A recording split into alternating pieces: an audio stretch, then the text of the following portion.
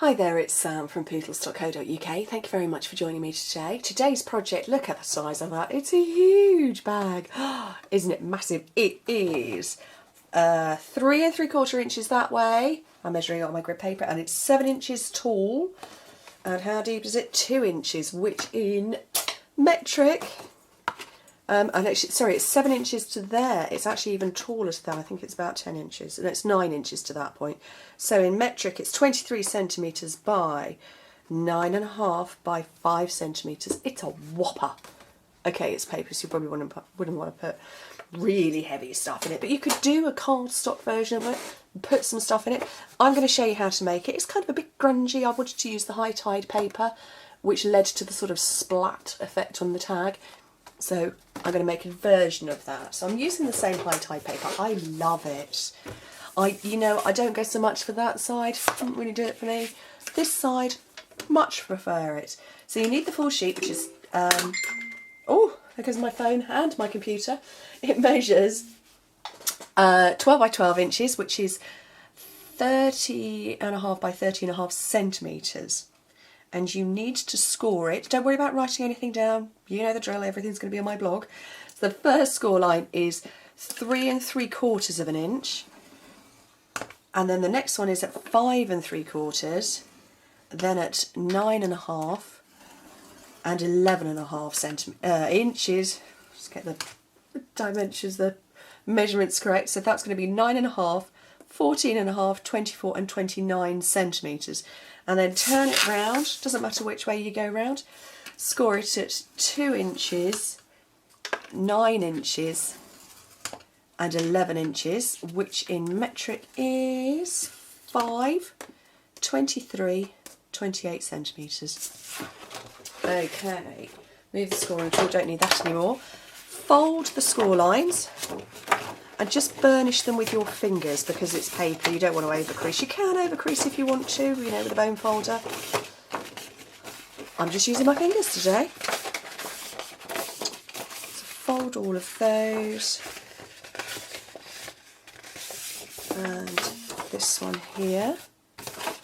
And I really can't see anything going on that side.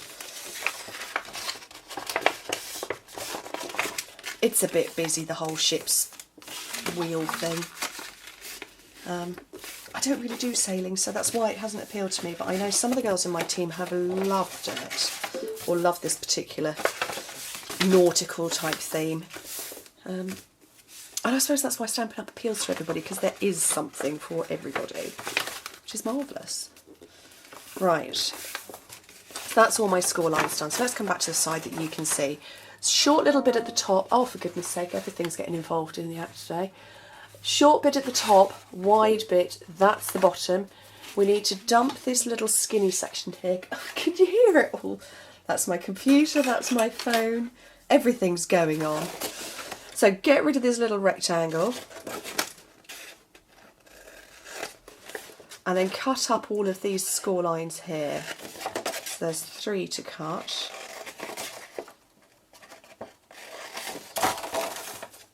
And then bring in your sticky strip, and it's going to go all the way along here right to the top. If I could find the end of my sticky strip.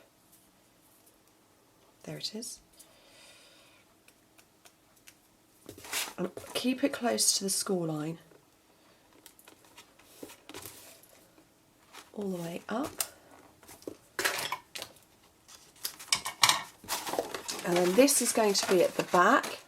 So that therefore is the front, and flip it over, and this one you put it close to the edge, not the score line this time round.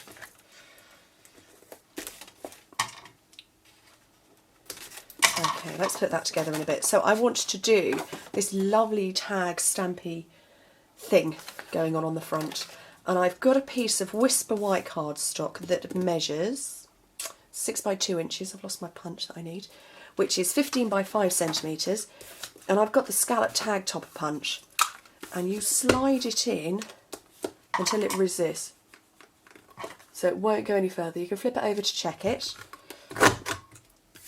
So that's punched the top. I want to round the corners at the bottom for no reason other than I want to.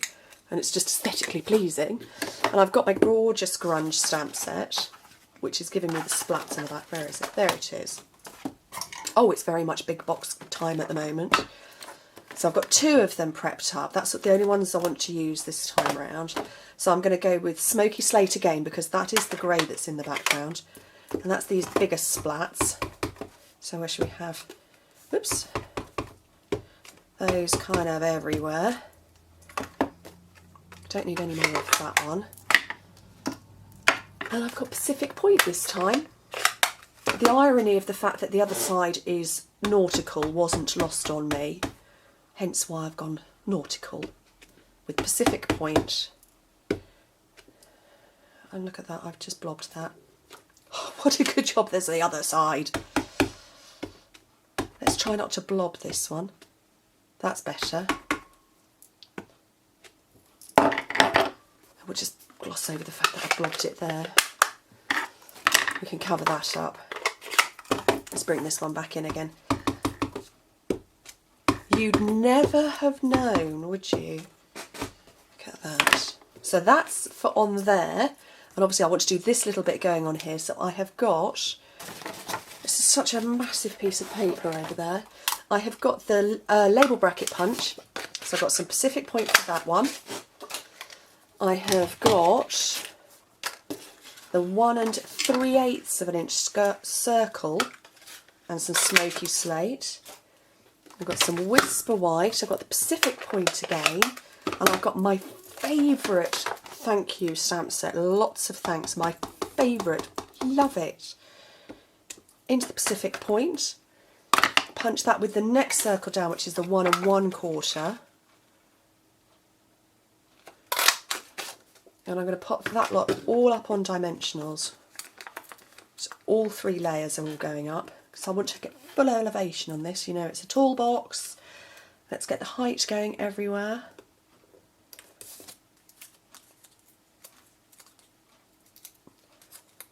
That one there, that one there. Isn't that pretty? But it's kind of manly too. We could do the manly thing. And shall I stick that in the middle? Middle on offset slightly. Now to do this twist that I've got here, I use cherry cobbler for that one because it's cherry cobbler that I've used everywhere else. This is Island Indigo. We'll just pretend it's close enough. And you want a length that is maybe 12 inches. And you fold it, let me move everything out of the way. You fold it and then grab your 2 ends in one hand and you put your finger through the other end. Can you see that? So I've got hold of it there. I'm going to get a slightly tighter grip. Got it there, and you just twist. I've kept hold of this. This isn't moving, this hand. And you just go round and round and round like that. And I'm going to speed up, because otherwise we'll be here for a couple of minutes, and I don't really want to do that. Unless you've got a nice cup of coffee, in which case can I have one too, please? So I'm just twisting it round, and you can see, hopefully that's beginning to twist, and it's beginning to turn on itself. So I want to twist it a little bit more. And by keeping my right hand stationary and doing all of the twisting in my left hand, if I do it slower, I'm literally, it's not coming off my finger at all. And it's got closer, this loop is closing up there. So I'm going to literally take my 2 ends and that one there, get a good grip of it, all, and then I'm going to let go. And that has twisted itself up, which hopefully you can see. Can you see it better? I don't know, you probably can't see anything. I'll make sure you can in the photos. So that's how I created that twisty loop there. And I'm going to feed it through, because it's not trying to undo itself. It's not like it's a piece of elastic or anything like that. So the 2 panels back, 2 ends in my hand, push those through, pull it up, and you can just chop the bits off. And look at that, done. It's kind of cool. And actually the Island Indigo is all right. It's not badly off. So that's how I've done that. Right, let's come back to this huge bag. And I've lost my paper piercer, which is how I get the backing off stuff. There it is. My desk is remarkably cluttered today. I've filmed a few big box projects today.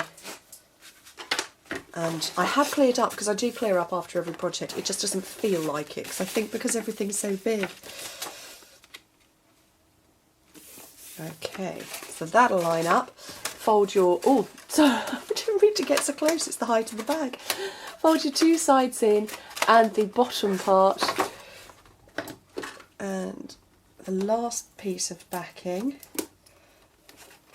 Fold that up. And then, it's just, do you know what, the distance between this and actually my camera lens is all of about 4 inches. I'm so sorry, it's awfully close to you. Push the sides in. Now we've got a couple of score lines. It's this part we want to grip hold of, and that will naturally form the creases down, but it won't go past this section. So only grip the top, gently assist with your fingers. And like I say, it won't, this part won't go any further because we've put the resistance part in. So there we go. See? I'm not going to stick it in the air again because it would just be outrageous. Okay, and then a hole punch. I'm using my crocodile. Oopsie daisy. And I have got the rather lovely Pacific Point stitched ribbon, which is huge, and I need to get that at quite a sharp angle to be able to get it through those tiny little holes. That's the back, so I'm going to come through the front first.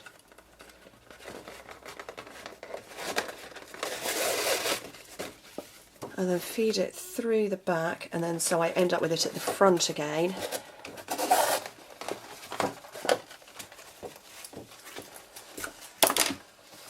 And tie it off into a knot. I don't want it to be anything other than a knot. And I can hear you saying, thank goodness for that, we don't need to see you battling the bow. Instead you get to see me battling the knot. There we go. Okay, so cut those off. And all that's left then now to do, apart from whack the tripod, is to take some dimensionals, pop them on the back, and lift the whole lot up. So I'm going to have quite a few, because it's long. It is 6 inches long, that tag.